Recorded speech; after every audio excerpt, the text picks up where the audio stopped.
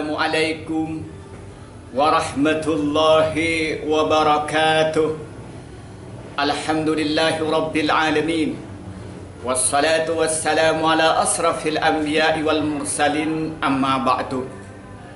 Pemirsa dimanapun Anda berada, Allah memberikan manusia dua kenikmatan yang paling mendasar, yaitu nikmat akal dan nikmat hati, di mana hati ini sangat berpengaruh pada manusia, berpengaruh kepada cara berpikirnya dan juga berpengaruh kepada aktivitasnya. Dalam sebuah hadis Rasulullah bersabda, "Ala inna fil jasadi mudghah, idza salahat salahal jasadu kullu, wa idza fasadat fasadal jasadu kullu, ala wahyal qalbu." Dalam diri manusia ada segumpal daging. Ketika segumpal daging itu baik, maka baiklah sekujur tubuh. Begitupun sebaliknya, ketika segumpal daging ini jelek, maka jeleklah sekujur tubuh, yaitu hati. Manusia ketika hatinya baik, hatinya bertakwa kepada Allah, hatinya beriman kepada Allah, hatinya beriman kepada Rasulullah, beriman pada kitab-kitab Allah, beriman kepada malaikat Allah, beriman pada hari kiamat, beriman pada qada dan qadar, maka yang dipikirkan hal-hal yang baik, yang dipikirkan tentang keimanan kepada Allah, yang dipikirkan tentang ibadah kepada Allah, yang diberikan kemaslahatan kepada orang lain. Begitupun yang dikerjakan, yang diucapkan hal yang baik, yang dibaca Al-Quran, berzikir kepada Allah Subhanahu wa Ta'ala, berdakwah di jalan Allah, amar ma'ruf nahi mungkar, kemudian mengajarkan ilmu pengetahuan, kemudian memberikan ucapan-ucapan yang membuat orang lain itu senang. Begitupun yang lihat yang positif, dia dilihat tulisan Al-Quran, yang dilihat adalah tulisan kitab hadis, yang dilihat adalah tulisan kitab fikih, kitab tauhid, kitab tasawuf. Begitu yang dilihat adalah buku-buku yang tentang ilmu pengetahuan. Begitupun telinga, yang didengarkan adalah hal-hal yang positif, hal-hal yang baik. Yang didengarkan oleh dia itu adalah tentang keesaan Allah, tentang ilmu tauhid, tentang ilmu fikih, ilmu tasawuf, ilmu tafsir, begitupun ilmu pengetahuan.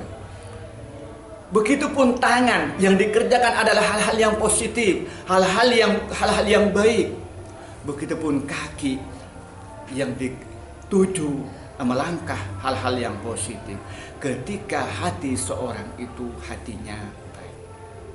Akan tetapi sebaliknya, ketika hati seorang itu jelek, hatinya ingkar kepada Allah, yang ada dalam hatinya adalah rasa dengki, dalam hatinya adalah rasa syirik dan riya, maka yang dipikirkan hal-hal yang negatif, yang dipikirkan tentang menyekutukan Allah, menggugat Allah, menghina Rasulnya, juga menghina para malaikat, justru tidak percaya pada Allah dan Rasulnya ketika hatinya jelek.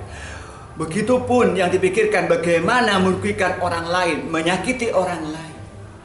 Begitupun yang keluar dari lidahnya adalah perkataan-kataan yang merugikan orang lain, yang menyakiti orang lain ketika dia itu hatinya jelek. Begitupun tangannya, yang dikerjakan bagaimana dia menyakiti orang lain, merugikan orang lain. Begitupun kakinya melangkah hal-hal yang negatif. Maka karena itu kita bisa ambil konklusi betapa besar pengaruh hati terhadap kehidupan manusia. Berpengaruh pada pikirannya, berpengaruh pada akal pikirannya, berpengaruh terhadap tindakannya, berpengaruh terhadap ucapannya, berpengaruh terhadap apa yang didengar, dan pengaruh terhadap apa yang dia lihat.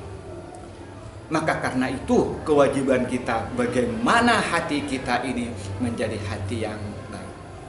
Namun yang menjadi pertanyaan, bagaimana supaya orang itu hatinya baik? Yang pertama, dia harus mempunyai iman yang mantap. Apa iman itu? I'tiqadun bil jinan, wa qaulun bil lisan, wa amalun bil jawari. Punya keyakinan yang mantap kepada Allah, punya keyakinan yang mantap kepada para malaikat, punya keyakinan yang mantap pada kitab-kitab Allah, punya keyakinan yang mantap kepada para rasul, punya keyakinan yang mantap terhadap hari kiamat, punya keyakinan yang mantap terhadap qada. keimanan itu dibuktikan dengan ucapan kalimat syahadat La ilaha illallah Muhammadur Rasulullah. Setelah itu apa? Dibuktikan dengan tindakan sehari-hari.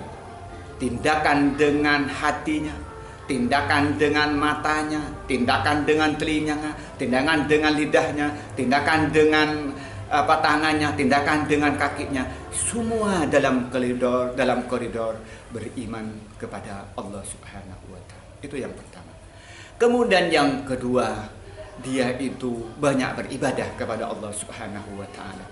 Karena dengan ibadah kepada Allah, maka ada cahaya dari Allah, ada bimbingan dari Allah, sehingga hatinya itu hati yang tenang, hati yang selalu itu mendapat bimbingan dari Allah Subhanahu wa taala.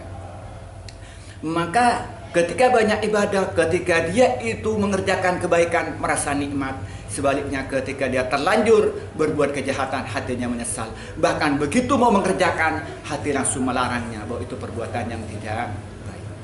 Kemudian yang ketiga, dia itu belajar ilmu-ilmu agama, belajar ilmu tauhid, ilmu fikih, ilmu tasawuf, belajar tafsir, hadis, dan ilmu-ilmu yang lain, dan juga ilmu-ilmu yang lain. Supaya apa? Maka dengan ilmu itu dia itu akan mengetahui mana yang baik dan mana yang buruk.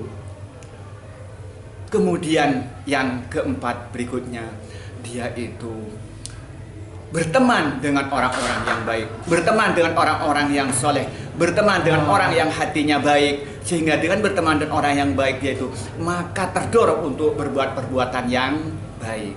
Karena lingkungan itu mempengaruhi. Ketika berteman dengan orang yang hatinya baik, maka otomatis dia hatinya akan baik. Tapi ketika berteman dengan orang yang hatinya jelek, maka otomatis hatinya jelek.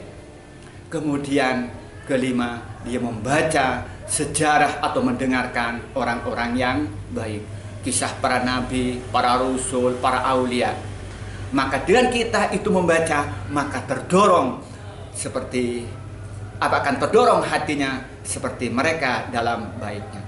Kemudian yang paling akhir, dia berdoa kepada Allah Subhanahu wa taala supaya diberikan hati yang baik, hati yang bertakwa kepada Allah, hati yang beriman kepada Allah, dan terhindar dari segala penyakit hati. Maka karena itu, marilah kita ini selalu berusaha supaya hati kita menjadi hati yang baik. Karena nanti membuat kita selamat ketika hati kita baik. Karena Allah berfirman, yauma la yanfa'u malun wala banun illa man atallaha biqalbin salim. Maka pada hari kiamat, harta yang dimiliki tidak ada manfaatnya, anak yang dimiliki tidak ada manfaatnya, jabatan yang dimiliki tidak ada manfaatnya, kecuali ketika dia mati dengan hati yang salim. Ketika menghadap kepada Allah, menghadap dengan Allah dengan hati yang salim. Inilah yang sampaikan pada pertemuan kali ini. Kurang lebihnya mohon maaf. Wassalamualaikum warahmatullahi wabarakatuh.